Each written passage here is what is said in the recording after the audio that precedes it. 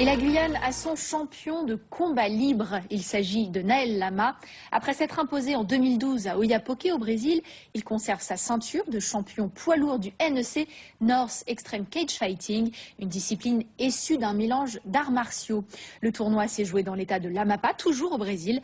Vanessa Porfir et Séfiane Lehi l'ont rencontré.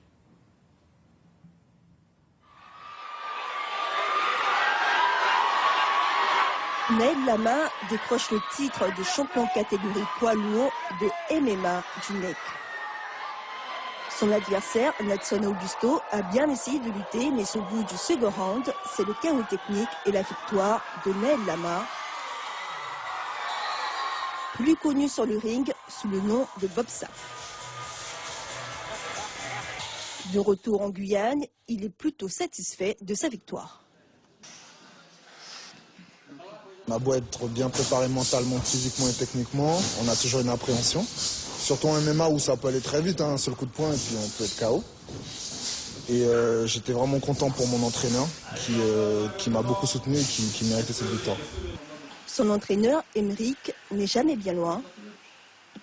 Dans ce dojo, Naël transmet sa passion pour le MMA, plus connu sous le nom de free fight ou de combat libre. C'est le président du club Les Combattants Guyanais. Il a été séduit par ce subtil mélange de kickboxing, boxe thaïlandaise, jiu-jitsu brésilien, mais pas seulement.